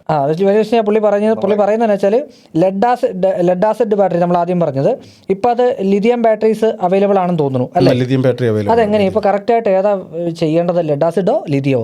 ലിഥിയം ബാറ്ററി തന്നെയാണ് നല്ലത്. ലിഥിയം ബാറ്ററിക്ക് ഇപ്പോൾ 10 വർഷം വരെയൊക്കെ വാറണ്ടി കൊടുക്കുന്നുണ്ട്, റീപ്ലേസ്മെന്റ്. ഓക്കെ, നല്ല പെർഫോമൻസ് ആണ്. അത്യാവശ്യം ടെക്നോളജി കുറച്ച് നല്ല അഡ്വാൻസ്ഡ് ആണ്. ലെഡ് ആസിഡിൻ്റെ ലെഡ് ആസിഡ് എന്ന് പറഞ്ഞു കഴിഞ്ഞാൽ നമ്മളെപ്പോഴും വാട്ടർ നോക്കണം. മെയിൻ്റെനൻസ് പ്രശ്നമാണ്. മറ്റേ മെയിൻ്റെനൻസ് ഫ്രീ ആണ്, ഒന്നും നോക്കണ്ട, ഫിറ്റ് ആൻഡ് ഫോർഗെറ്റ് ആണ്. പിന്നെ പാനലിനെ കുറിച്ച് അതിനകത്ത് ചോദിച്ചിട്ടുണ്ട്, ആ ക്വസ്റ്റ്യൻ തീർന്നിട്ടില്ല. പാനലിനെ കുറിച്ച് പുള്ളി പറഞ്ഞിരിക്കുന്നത് ഹീറ്റ് കോൺഫ്ലിക്റ്റിൽ ബെറ്റർ പോളിക്രിസ്റ്റലൈൻ പാനൽസ് ആണെന്നാണ്. അതാണോ? കറക്റ്റ് ആണോ? അത് ആക്ച്വലി പോളിക്രിസ്റ്റലൈൻ പാനൽ നല്ലത് തന്നെയാണ്. നമ്മൾ പണ്ട് തൊട്ടേ ചെയ്തതിൽ നല്ല പോളിക്രിസ്റ്റലൈനാണ്. അപ്പോൾ അത് മോണോപർക്ക് എന്ന് പറഞ്ഞ് മോശമല്ല. ഇപ്പോഴും ബൈഫേഷ്യൽ മോഡ്യൂൾസ് ഒക്കെ നല്ല ടെക്നോളജി, ഏറ്റവും അഡ്വാൻസ്ഡ് ടെക്നോളജി. ഇപ്പോൾ ടോപ്പ് കോൺ വരെ ഉണ്ട്. ഇനി HJT വരുന്നുണ്ട്, പുതിയ ടെക്നോളജി. HJT എന്ന് പറഞ്ഞ് പുതിയ ടെക്നോളജി ഇനി വരുന്നത്, ഇനി പുതിയ ടെക്നോളജി. അപ്പം നമുക്ക് ഏറ്റവും കൂടുതൽ ഇന്നോവേഷൻ നടക്കുന്ന മേഖലകളിൽ ഒന്നാണ് റിന്യൂവബിൾ എനർജി സെക്ടർ. അതുകൊണ്ട് തന്നെ ടെക്നോളജി ഞാൻ എൻ്റെ കരിയർ തുടങ്ങുന്ന സമയത്ത് 75 വാട്ടും 100 വാട്ടുമാണ് പാനല്. ബാറ്ററി വെച്ചിട്ട് 1 കിലോവാട്ട് പാനൽ വെക്കണമെന്നുണ്ടെങ്കിൽ 10 പാനൽ വെക്കണം. ഇപ്പൊ അതിനെ സംബന്ധിച്ച് 650-700 വാട്ട് പാനലുകൾ വരെ ഇൻഡസ്ട്രിയിൽ വന്നു തുടങ്ങി. Single panel. അപ്പൊ അത് ഇനിയിപ്പം അത് കഴിഞ്ഞിട്ട് ഇനിയിപ്പോൾ 1000 വരെ ആവാൻ അധികം താമസം എടുക്കില്ലെന്ന് തോന്നുന്നു. ഒരു സിംഗിൾ പാനലിൽ 1000, ശരി, അതൊരു വലിയ അഡ്വാൻറ്റേജ് ആയിരിക്കും. ഭാവിയിൽ തന്നെ വരുന്ന ഒരു 2-3 അല്ല 5 വർഷം കഴിയുന്നതിനുള്ളിൽ തന്നെ KCBയുടെ തന്നെ ഒരു പ്രസക്തി എത്രത്തോളം ആവുമെന്നുള്ളതാണ്. നമ്മൾ സ്വന്തമായിട്ട് പ്രൊഡ്യൂസ് ചെയ്ത്, സ്വന്തമായിട്ട് സേവ് ചെയ്ത്, സ്വന്തമായിട്ട് കൺസ്യൂം ചെയ്യുന്ന ഒരു അവസ്ഥയിലോട്ട് വരും ഉറപ്പായിട്ടും മിനി ഗ്രിഡ്. അതായത് സോളാർ പാനൽ നമ്മൾ സാധനം ഇപ്പം എനർജി എഫിഷ്യൻസിയുള്ള പ്രൊഡക്ട്സുകൾ വന്നു തുടങ്ങി. AC ആയാലും ഇപ്പം മിക്സി ആയാലും എല്ലാം BLDCയിലോട്ട് പോവുകയാണ്. ഒരു ക്വസ്റ്റ്യൻ ഞാൻ മറന്നു ഒന്ന് ചോദിക്കട്ടെ. നമുക്ക് വന്നിട്ടുള്ളൊരു കമൻ്റാണ്, നമ്മൾ സോളാറിലേക്ക് പോവുകയാണെങ്കിൽ ശരിക്കും പറഞ്ഞു കഴിഞ്ഞാൽ 5 സ്റ്റാർ റേറ്റിംഗ് ഉള്ള, പിന്നെ ഓൾറെഡി ഇപ്പോൾ AC 3 സ്റ്റാറിൻ്റെ റേറ്റ് അല്ല 5 സ്റ്റാറിന് വരുന്നത്. അപ്പം ഇപ്പോൾ സ്റ്റാർ റേറ്റിംഗ് ഇല്ലാത്ത AC റേറ്റ് വളരെ കുറവായിരിക്കും. അപ്പം ഓൾറെഡി സോളാർ വെക്കുന്ന എന്നെ സംബന്ധിച്ചിടത്തോളം ഞാൻ 5 സ്റ്റാർ AC അല്ലെങ്കിൽ 5 സ്റ്റാർ റേറ്റിംഗ് ഉള്ള ഇലക്ട്രോണിക്സ് ഉപകരണങ്ങളിലേക്ക് പോകേണ്ട കാര്യമുണ്ടോ? അല്ല, പോയാൽ നല്ലതാണ്. കുറച്ചുകൂടെ എനർജി സേവ് ചെയ്യാൻ പറ്റും. ഭാവിയിൽ നമ്മൾ സ്വന്തമായിട്ട് പ്രൊഡ്യൂസ് ചെയ്ത് നമ്മളത് സ്വന്തമായിട്ട് കൺസ്യൂം ചെയ്യുന്ന ഒരു സാധ്യത വളരെ വിദൂരമല്ലെന്നുള്ളതാണ് എൻ്റെ ഒരു നിഗമനം. അതിൽ അടുത്ത വരുന്ന കമൻറ്റ് എങ്ങനെയാണെന്നുള്ളത് എനിക്കറിയില്ല. അല്ല, കമൻറ്റിനേക്കാളും കോൺഫ്ലിക്റ്റുകൾ ഇതിനകത്ത് ധാരാളമുണ്ട്. കോൺഫ്ലിക്റ്റുകൾ അങ്ങനെ പറയണം. കാര്യം എന്ന് വെച്ചാൽ ഇപ്പോൾ നമ്മളെന്ത് പറയുന്നത് പറഞ്ഞാൽ കസ്റ്റമർ എന്നുള്ള രീതിക്ക് എനിക്കറിയാം 5 വർഷമായിട്ട് ഉപയോഗിക്കും. നമ്മുടെ വിജയേട്ടനെ പോലെ, വിജയകുമാർ ബ്ലാത്തൂർ, വിജയേട്ടനെ പോലെ ഒത്തിരി ആൾക്കാർ അതിനകത്തുണ്ട്. പക്ഷേ അവിടെയും ചോദിച്ചിട്ട് അതിനകത്ത് എൻ്റെ ഒരു സംശയമാണ്, നമ്മളിപ്പം എന്ത് സാധനം ചെയ്യുമ്പോഴും അതിൽ KSEB എന്ന് പറയുന്ന ഒരാൾ ഇതിനിടയ്ക്കുണ്ട്. ഓക്കെ, ഇപ്പോൾ ആൾക്കാർ പറയുന്ന ഒരു സാധാരണക്കാരൻ്റെ ഒരു കോൺഫ്ലിക്റ്റ് എന്ന് വെച്ചാൽ KSEB ഇത് നാളെ പരിപാടി അവസാനിപ്പിക്കും എന്നുള്ള രീതിയിൽ ധാരാളം കമൻറ്റുകൾ കാണുന്നുണ്ട്. അതിനകത്ത് എന്തെങ്കിലും ഒരു ഫ്യൂച്ചർ പറയാനായിട്ടുണ്ടോ? അത് ഞാൻ തൊട്ട് മുമ്പ് പറഞ്ഞ ഒരു കേസ് തന്നെ. നമ്മൾ തന്നെ പ്രൊഡ്യൂസ് ചെയ്ത് നമ്മൾ തന്നെ ആയിക്കഴിഞ്ഞാൽ KSEBക്ക് തിരികെ പിന്നെ നമ്മൾ ഒരു ബാക്കപ്പ് സൊല്യൂഷൻ എന്നുള്ള രീതിയിൽ മാത്രമായിരിക്കും KSEB ഡിപ്പെൻഡ് ചെയ്യുന്നത്. മനസ്സിലായി? നമ്മളെ ആവശ്യത്തിന് നമ്മൾ പ്രൊഡ്യൂസ് ചെയ്ത് നമ്മൾ കൺസ്യൂം ചെയ്യുകയും പിന്നെ ഒരു ജസ്റ്റ് എന്തെങ്കിലും ഒരു ഇൻട്രപ്ഷൻ വന്നു കഴിഞ്ഞാൽ KSEB എടുക്കുക. നമുക്ക് അടുത്ത ക്വസ്റ്റ്യനിലേക്ക് പോകാം. വീടുമായി അല്പം മാറി നിൽക്കുന്ന കാർ പോർച്ചിൻ്റെ മുകളിലാണ് സോളാർ ചെയ്യുന്നതെങ്കിൽ എന്തൊക്കെയാണ് ശ്രദ്ധിക്കേണ്ടത്? കാർ പോർച്ചിന് മുകളിൽ ചെയ്യുമ്പോൾ വേറെ ഒന്നുമില്ല, ഷെയ്ഡ് വീഴാതിരുന്നാൽ മതി. എവിടെ വേണമെങ്കിലും നമുക്ക് സോളാർ പ്ലാന്റ് വയ്ക്കാം. വെയിൽ കിട്ടുന്ന സ്ഥലമായിരിക്കണം. മാക്സിമം എഫിഷ്യൻസി കിട്ടണമെന്നുണ്ടെങ്കിൽ നമ്മൾ രാവിലെ തൊട്ട് വൈകുന്നേരം വരെ സൂര്യപ്രകാശം കിട്ടുമെന്നുള്ളത് ഉറപ്പ് വരുത്തിയാൽ നല്ലതായിരിക്കും. അത്രയേ ഉള്ളൂ. പിന്നെ തെക്ക് എന്നുണ്ടോ? അത് സൗത്ത് ഡയറക്ഷനിലോട്ട് നമ്മൾ കേരളത്തിൽ ഇതിൽ വെച്ചിട്ടൊരു 10 to 12 ഡിഗ്രി, ഒരു 12 ഡിഗ്രി ചരിവിൽ വയ്ക്കുന്നതാണ് ഏറ്റവും സേഫ് അല്ലേ? ഇതേ നമ്മളെ ഈ വിൻമില്ലൊക്കെ തമിഴ്നാട്ടിൽ പോകുന്ന സമയത്ത് നമ്മൾ വിൻമില്ലുകൾ കാണാറുണ്ട്. അത് നമുക്ക് കാറ്റിനനുസരിച്ചിട്ട് റൊട്ടേറ്റ് ചെയ്യുന്നൊരു സിസ്റ്റം ഉണ്ട്. മനസ്സിലായി. അതുപോലെ നമുക്ക് സോളാർ ഉണ്ട്. അത് ഇൻഡസ്ട്രിയൽ മേഖലയിലൊക്കെ ചെയ്യുന്നുണ്ട്. ഡൊമസ്റ്റിക്കിൽ അത് ഫിനാൻഷ്യലി വയബിൾ അല്ല, അത് ചെയ്യുന്നുണ്ട്. അതായത് സൂര്യൻ്റെ ഉദിച്ചു വരുന്ന സമയത്ത് തന്നെ അവിടെ നിന്ന് ഇങ്ങനെ പ്രകാശം വരുന്നതനുസരിച്ചിട്ട് പാനൽ ഇതാവുന്ന രീതി. ഇനി വേറെ ഒന്നുകൂടെ ചോദിക്കട്ടെ കേട്ടോ, നമുക്ക് ഇപ്പം സബ്സിഡിയെ കുറിച്ചിട്ട് പല ആൾക്കാർക്കും കൃത്യമായിട്ടുള്ളൊരു ധാരണയൊന്നുമില്ല. ചില സമയത്ത് ഇത് നിർത്തുന്നു, പലരുടെ പരസ്യം അങ്ങനെയാണ്, ഇനി ഇത്രാം തീയതി കഴിഞ്ഞാൽ സബ്സിഡി ഉണ്ടാവില്ല, അതുകൊണ്ട് പെട്ടെന്ന് നിങ്ങൾ ചെയ്തോ. അല്ല, MNRE ഇപ്പോൾ ഉള്ളൂ. അതെ, സബ്സിഡിയാ ഉള്ളത്. നമ്മളത് തീരും. ഞാനൊരു വീഡിയോ ചെയ്തിട്ടുണ്ട്, തീരുന്നതിന്റെ 2 മാസം മുമ്പ്. ഓക്കെ, ഇനി നമുക്ക് കൊമേഴ്സ്യൽ പർപ്പസിലേക്ക് വരുന്ന സമയത്ത് നമുക്ക് സബ്സിഡി അവൈലബിൾ ആണോ? ഇല്ലില്ല, ഡൊമസ്റ്റിക് കസ്റ്റമേഴ്സിന് മാത്രമാണ് സബ്സിഡി അവൈൽ ചെയ്യാൻ പറ്റുന്നത്. സബ്സിഡി എന്ന് പറഞ്ഞു കഴിഞ്ഞാൽ ഇപ്പോഴുള്ളത് ഒരേ ഒരു സബ്സിഡി പ്രോജക്ട്സ് ആണ് നമ്മളെ ഡൊമസ്റ്റിക്കിൽ. നമ്മുടെ പ്രധാനമന്ത്രിയുടെ PM സൂര്യഗർ മുഫ്തി ബിജ്ലി യോജന എന്നുള്ള ഒരു സ്കീം. MNRE എന്ന് പറഞ്ഞിട്ടുള്ള MNRE ആണ്, അത് തന്നെയാണ് PM സൂര്യഗർ, അത് പ്രധാനമന്ത്രിയുടെ സ്കീമാണ്. അപ്പോൾ അതിൽ 78,000 രൂപ വരെയാണ് സബ്സിഡി കിട്ടുന്ന ഒരു കസ്റ്റമറിന്. മാക്സിമം 30,000 രൂപ 1 കിലോ വാട്ട്, 2 കിലോ വാട്ടിന് 60,000, 3 കിലോ വാട്ട് തൊട്ട് മുകളിലോട്ട് 78,000 റുപ്പീസ്.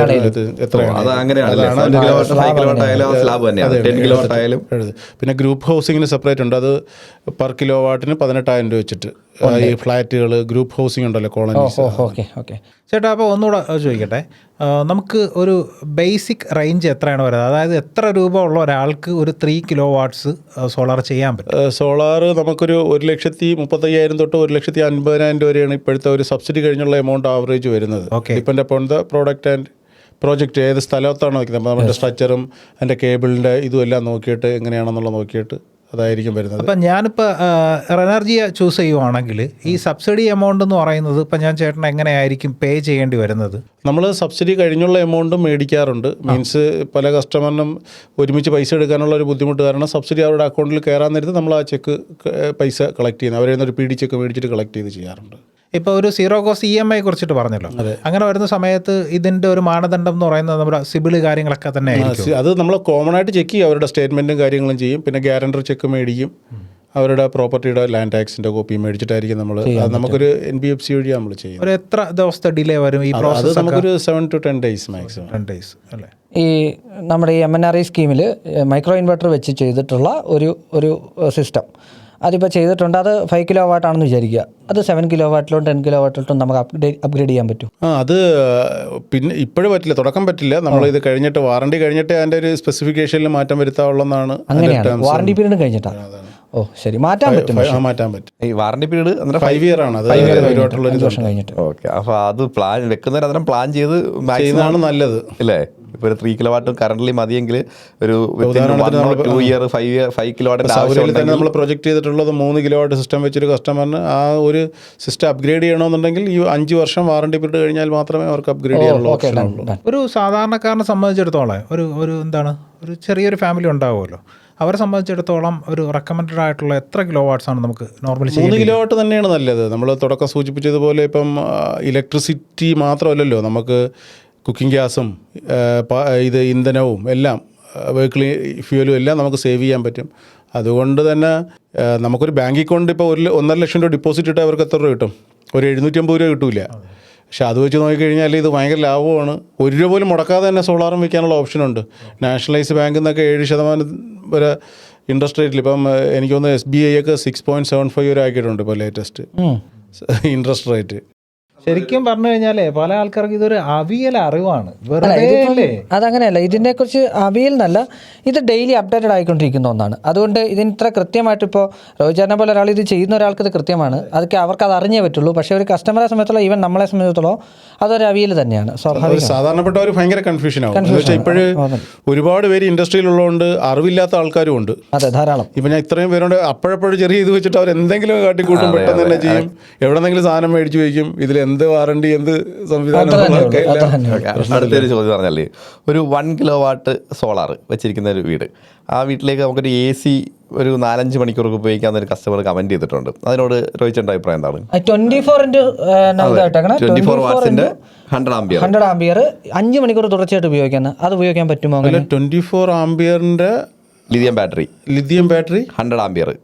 അയ്യോ, അത് പറ്റില്ല. അത് സാധിക്കത്തില്ലല്ലോ. ഇല്ല, അത് പക്ഷേ ഡിപ്പെൻഡാണ്. അത് ഇപ്പോൾ ഉദാഹരണത്തിന് ഞാനിപ്പോൾ ഏറ്റവും ഇപ്പോൾ എനർജി എഫിഷ്യൻസി ഉള്ള ഒരു AC ഉണ്ടെന്ന് നോക്കിയോ. ഇപ്പോൾ എനിക്ക് ഡ്യുവൽ ഇൻവെർട്ടർ ACയുടെ കാര്യം പറഞ്ഞേക്കുന്നത്. അല്ല, BLDC AC ഉണ്ടെങ്കിൽ അത് ചിലപ്പോൾ വീട് ലോക്ക് ചെയ്തിട്ടിട്ട്, ഇപ്പോൾ കഥക് ലോക്ക് ചെയ്തിട്ട് തുറക്കാതെയൊക്കെ ഇട്ട് കഴിഞ്ഞാൽ ചിലപ്പം ഓട്ടോമാറ്റിക്കായിട്ട് സ്റ്റാർട്ടായി കിടന്നു കഴിഞ്ഞാൽ ചിലപ്പോഴൊക്കെ വർക്ക് ചെയ്യാനായിരിക്കും. എങ്കിലും ഇത് എത്രത്തോളം സക്സസ്ഫുൾ 24 അവേഴ്സ് വർക്ക് ചെയ്യുന്ന കാര്യം എനിക്ക് അല്ല, 24 അല്ല, 5 hours വർക്ക് ചെയ്യുന്നത്. 24 വോട്ടിന്റെ 100 ആംപിയർ. അതായത് 5 അവേഴ്സ്. നോർമലി ഒരു 1 ടൺ AC എന്ന് പറഞ്ഞു കഴിഞ്ഞാൽ 1400 വാട്ടാണ് ഇനിഷ്യലി. അത് നമ്മളൊരു റണ്ണിങ് ആയിട്ട് നമ്മൾ കൂട്ടിയാൽ ഒരു 700 വാട്ടെങ്കിലും നമ്മൾ കൂട്ടേണ്ടി വരും. 700 വാട്ട് 700 × 5 ഏകദേശം 3.5 യൂണിറ്റോളം നമുക്ക് കൺസംഷൻ വരും. ഇതിൽ മറ്റേതിൽ അത്രയും സ്റ്റോറേജ് കിട്ടില്ല. അപ്പോൾ അത് പ്രാക്ടിക്കലി പോസിബിൾ അല്ല, അങ്ങനെയല്ല. ഒരു ചിലപ്പോൾ ഈ കട്ടായി കിടന്നു കഴിഞ്ഞാൽ പിന്നെ നമുക്ക് പ്രൊഡ്യൂസ് ചെയ്തില്ലെന്നുണ്ടെങ്കിൽ ആ കൂളിങ്ങിൽ നിൽക്കുമെന്നുണ്ടെങ്കിൽ ചിലപ്പോൾ നിൽക്കുമായിരിക്കും. പ്രാക്ടിക്കലി പോസിബിൾ അല്ല. അപ്പൊ അല്ല ചോദിച്ചു, അപ്പൊ അതിന്റെ കൂട്ടത്തിൽ ഒരു ചോദ്യം ചോദിച്ചാൽ, ഇപ്പം നമുക്കൊരു AC ഒക്കെ വെക്കണമെങ്കിൽ ഒരു കിലോവാട്ടിന്റെ ഒരു 1 ടൺ AC ഒക്കെ വെക്കണമെങ്കിൽ പ്രോപ്പറായിട്ട് എത്ര കിലോവാട്ട് സോളാർ സിസ്റ്റം ചെയ്യുന്നതായിരിക്കും? വീടുകളിലാണോ ഉദ്ദേശിച്ചത്? വീടുകളിൽ ഇപ്പോൾ AC മാത്രമുള്ളല്ലോ, എല്ലാം കൂടെ വരുമ്പോൾ ഒരു 3 കിലോവാട്ടാണ് റെക്കമെൻഡബിൾ. 3 കിലോവാട്ട് വെച്ച് കഴിഞ്ഞാൽ ബൈ മന്ത്ലി ഒരു 5000 റുപ്പീസ് വരെയുള്ള ബില്ല് 2 മാസം കൂടുമ്പോൾ പ്യൂർലി സേവ് ചെയ്യാൻ പറ്റും. പിന്നെ ഇൻഡക്ഷൻ സ്റ്റവ് കൂടെ വെച്ച് കഴിഞ്ഞാൽ അതും ലാഭമാണ്. ഓൺ ഗ്രിഡിന്റെ കാര്യമല്ലേ പറഞ്ഞത്? ഓഫ് ഗ്രിഡ് ആവുകയാണെങ്കിൽ ഓഫ് ഗ്രിഡിൽ കണക്റ്റഡ് ലോഡ് ഒരു ഇഷ്യൂ ഉള്ള കാര്യമാണ്. അപ്പോൾ അതിൽ എത്രത്തോളം ലോഡ് എടുക്കും എന്നുള്ളതാണ് പ്രശ്നം. ഇൻവെർട്ടർ കപ്പാസിറ്റി കൂട്ടണം, ബാറ്ററി കപ്പാസിറ്റി അതനുസരിച്ച് വേണം. ലോഡ് കൂടുന്തോറും ബാറ്ററി പെട്ടെന്ന് ഡ്രെയിൻ ആവുകയും പെട്ടെന്ന് അതിൻ്റെ ആയുസ് ലൈഫ് കുറയുകയും ചെയ്യും, വാറണ്ടീനെ ബാധിക്കും. അപ്പോൾ ഓഫ് ഗ്രിഡ് സിസ്റ്റം ചെയ്യുന്ന സമയത്ത് നമ്മളിപ്പം ഇതുപോലെ ഹെവി മെഷീനറീസ് യൂസ് ചെയ്യാതിരിക്കുന്ന, അതിന് ചെയ്യുന്നുണ്ടെങ്കിൽ അതനുസരിച്ചുള്ള ബാക്കപ്പ് വെക്കണം. ഇപ്പം ഭയങ്കര സൊല്യൂഷൻസ് ഉണ്ട്. ഇപ്പം ഹൈബ്രിഡ് മീൻസ് ബാക്കപ്പ് സൊല്യൂഷൻ തന്നെ 1 മെഗാവാട്ടോ 2 മെഗാവാട്ടോ 5 മെഗാവാട്ടോ ഒക്കെ ചെയ്യാൻ ലിഥിയം ബാറ്ററി വെച്ചിട്ട് ചെയ്യുന്നുണ്ട്. വലിയ സ്റ്റോറേജ് സിസ്റ്റങ്ങൾ, കണ്ടെയ്നർ കണക്ക്. പക്ഷേ അതൊക്കെ ഒരിക്കലും ഡൊമസ്റ്റിക് കസ്റ്റമറിനെ സംബന്ധിച്ച് അത്രത്തോളം വയബിൾ അല്ല അതിൻ്റെ കാര്യങ്ങൾ. ശരിക്കും പറഞ്ഞു കഴിഞ്ഞാൽ നമ്മുടെ പ്രകൃതി എടുക്കൽ നമുക്ക് ചെയ്യാൻ പറ്റുന്ന വലിയൊരു കാര്യം കൂടിയാണ്. ഇത് സൂര്യപ്രകാശം യൂസ് ചെയ്യാന്ന് പറഞ്ഞു കഴിഞ്ഞാൽ ലാഭം മാത്രം നോക്കിയിട്ട് കാര്യമില്ല. സാമ്പത്തിക ലാഭം ഉണ്ട്. തീർച്ചയായും. ശരിക്കും റോയിച്ചേട്ടാ, നമ്മളിപ്പോൾ എന്താ പറയുക, ഇന്നിപ്പോൾ എനിക്ക് തോന്നുന്നത് റിന്യൂവബിൾ എനർജിയിൽ ഏറ്റവും ബെസ്റ്റ് ആയിട്ടുള്ള ഒന്ന് സൂര്യൻ തന്നെയാണ്. തീർച്ചയായിട്ടും ഏറ്റവും വയബിളാണ് നമ്മുടെ കാലാവസ്ഥയ്ക്ക് ഇത് തന്നെയാണ്. എപ്പോഴാണ് കാര്യം വിൻഡിന്റെ ഒരു ഇത് കുറവാണ്. അതുകൊണ്ടാണ് അത് പലയിടത്ത് ചില സ്ഥലങ്ങളിൽ മാത്രമായിട്ട് ഒതുങ്ങിപ്പോയതും.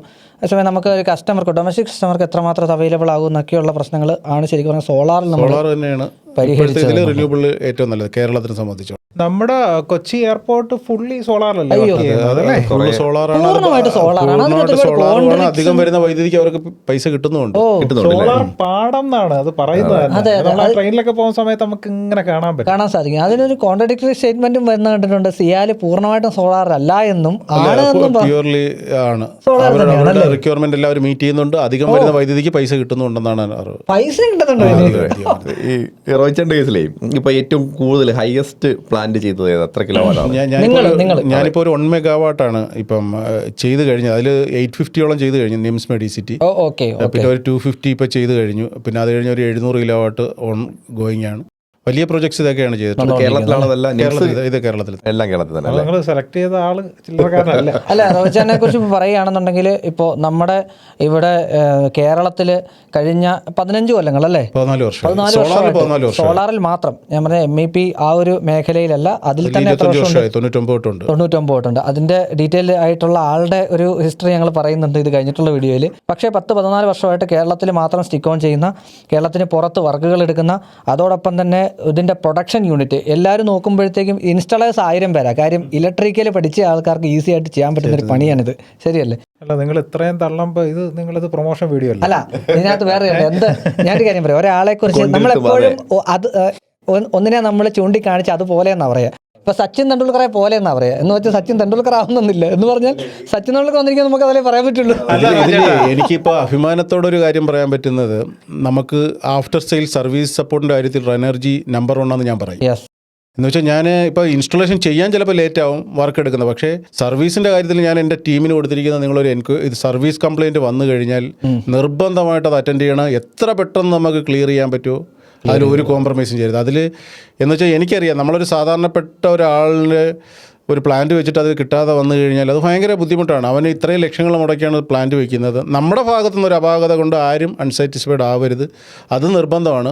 എനിക്ക് തോന്നുന്നു ഞാനൊരു 16,000 സിസ്റ്റം ചെയ്തിട്ടുള്ളതിൽ എനിക്കൊരു 10-15 കസ്റ്റമറിന് താഴെ മാത്രമേ ഉള്ളൂ നമുക്ക് സാറ്റിസ്ഫൈഡ് ചെയ്യാം. എന്ന് വെച്ചാൽ ചിലർക്ക് എന്ത് കൊടുത്താലും തൃപ്തരില്ലാത്ത ആൾക്കാരും ഉണ്ട്.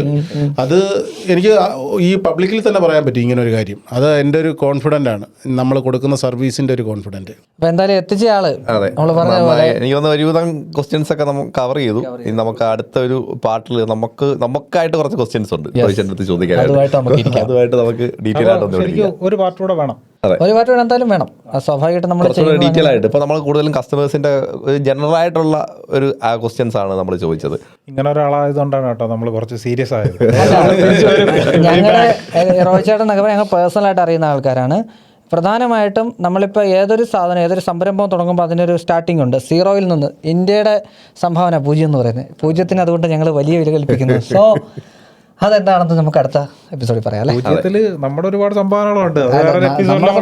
പുറത്തു പറയാൻ പറ്റില്ല. അന്ന് ആ 0-ന് തീരെ വില കണ്ടില്ല ആര്, ടീച്ചർമാരും വീട്ടുകാരും. അപ്പോൾ ചേട്ടാ നമുക്ക് അടുത്തൊരു ഇതിനകത്തേക്ക് നമുക്ക് ഇതിന്റെ കുറച്ച് കാര്യങ്ങൾ കൂടി ഉൾപ്പെടുത്തിയിട്ട് ഒരു ചെയ്യാം. ഓക്കെ, അപ്പോൾ we are signing off. Thank you so much. Thank you ചേട്ടാ.